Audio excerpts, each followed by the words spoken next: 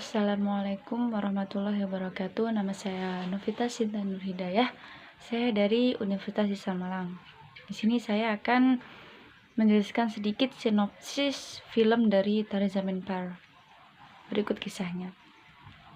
Film ini menceritakan sebuah kisah nyata yang dialami oleh seorang anak kelas 3 yang duduk di bangku sekolah dasar bernama Ihsan Nagdi Sore Awasati. Ihsan adalah seorang anak yang tidak bisa mengikuti kegiatan di sekolahnya dengan baik. Ia dicap atau dijuluki sebagai anak yang bodoh atau juga sering disebut dengan idiot. Tidak hanya itu, Ihsan juga memiliki kesulitan dalam membaca maupun menulis. Ia kesulitan mengenal huruf. Misalnya sulit membedakan antara huruf B dengan P ataupun dengan B dengan D. Dia juga susah membedakan suku kata yang bunyinya hampir sama, misalnya top dengan pot atau ring dengan sing. Bukan hanya itu, dia juga sering menulis huruf secara terbalik dan acak. Karena kekurangan Ihsan, ia pun sering mendapat nilai yang buruk di sekolah dan tidak pernah mengerjakan PR, sehingga guru pun sering menghukumnya. Namun, Ihsan memiliki satu kelebihan yang tidak banyak orang ketahui, yaitu melukis. Lukisan yang dia lukis begitu menarik dan bisa dikatakan sangat bagus. Namun karena nilainya yang tidak meningkat juga, semua guru juga sudah menyerah dengan kelakuan Ihsan yang dia lakukan di sekolah. Akhirnya orang tuanya memutuskan untuk mengirim Ihsan ke asrama. Yang orang tuanya pun juga hampir menyerah dengan kelakuan Ihsan selama ini. Ihsan merasa dirinya sangat kesepian, dirinya ditinggalkan, dirinya juga dibuang. Ada hati yang terluka karena dia merasa dibuang. Dia dibuang karena keadaannya yang dia selalu mengatakan sebenarnya yang terjadi. Dia dianggap dia selalu melucu, dia melawak, dia mengatakan bahwa huruf itu menari-nari. Padahal apa yang dia katakan adalah benar. Dia melihat huruf itu seperti menari, itu benar adanya, tapi orang lain menertawakannya karena orang lain tidak mengetahui apa yang dilihat oleh mata Ihsan. Itu adalah keunikan tersendiri yang dimiliki oleh Ihsan. Namun orang tuanya menganggap bahwa Ihsan baik-baik saja, hanya saja dia malas lalu memindahkannya ke asrama. Tapi kepindahannya itu tidak memberikan peningkatan kepadanya. Pemindahannya itu tidak memberi semangat untuk dia. Justru dia semakin tertekan di sana. Dia di asrama sama saja dengan sekolahnya yang dahulu, dicap sebagai orang yang malas. Namun, suatu harapan muncul ketika seorang guru seni bernama Ram Sangkarnikum datang menggantikan guru seni di sana. Dia mengamati Ihsan yang selalu diam dan menemukan tatapan tertekan dalam pandangan Ihsan.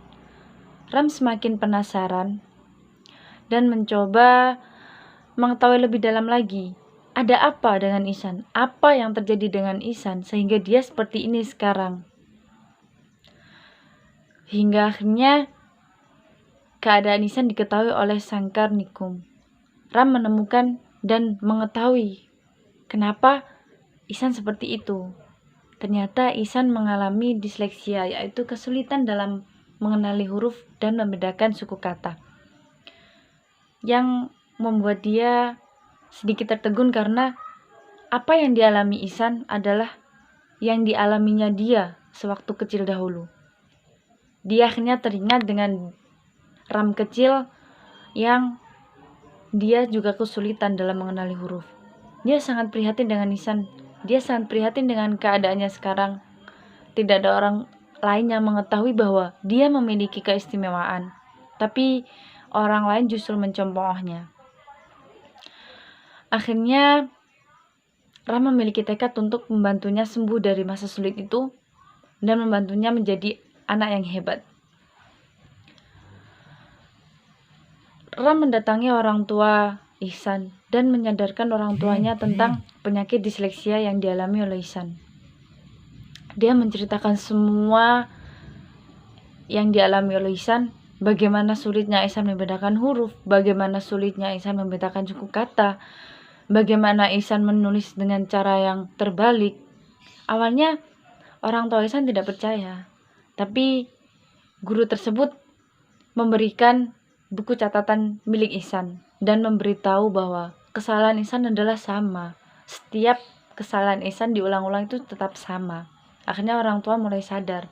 Namun kembali orang tua Ihsan keras kepala dan mengatakan bahwa itu hanyalah kemalasan Ihsan. Dia tidak mau belajar dengan giat. Sedikit kekecewaan, Ram pun pulang dan dia menemui kepala sekolah bahwa dia ingin menjadikan Ihsan lebih baik. Awalnya kepala sekolah juga tidak setuju, bahkan kepala sekolah mengetahui Ihsan yang disleksia, ingin memberitahukan kepada orang tua Ihsan dan ingin menyerahkan kembali kepada orang tua Ihsan. Namun Ram menolak dan ingin membantu Ihsan. Akhirnya kepala sekolah menyetujui dan Ram pun berusaha membantu Ihsan dengan cara Ram yang mungkin dulu dia juga mengajarkan kepada orang-orang disabilitas. Mengetahui Ihsan juga memiliki rumah disabilitas. Seiring berjalannya waktu, akhirnya Ihsan bisa mengeja, bisa menulis, juga bisa membedakan mana huruf B, huruf P, dan huruf-huruf yang lainnya. Tidak mudah memberitahu Ihsan terkait apa yang dialami Ihsan sekarang. Tapi ketika orang tua Ihsan datang ingin mengunjungi Ihsan, akhirnya orang tua Ihsan mengetahui bahwa Ihsan sudah meningkat. Dan dia berterima kasih kepada Ram karena Ram telah membantu Ihsan. Dan akhirnya orang tua Ihsan percaya bahwa Ihsan memang memiliki keistimewaan. Hingga suatu akhirnya di penghujung film tersebut ditunjukkan bahwa akhirnya Ram dapat membuktikan kepada kepala sekolah, kepada orang tua Ihsan, juga kepada semua orang bahwa Ihsan adalah anak yang memiliki talenta yang tidak dimiliki atau tidak dapat dikuasai oleh anak biasa lainnya.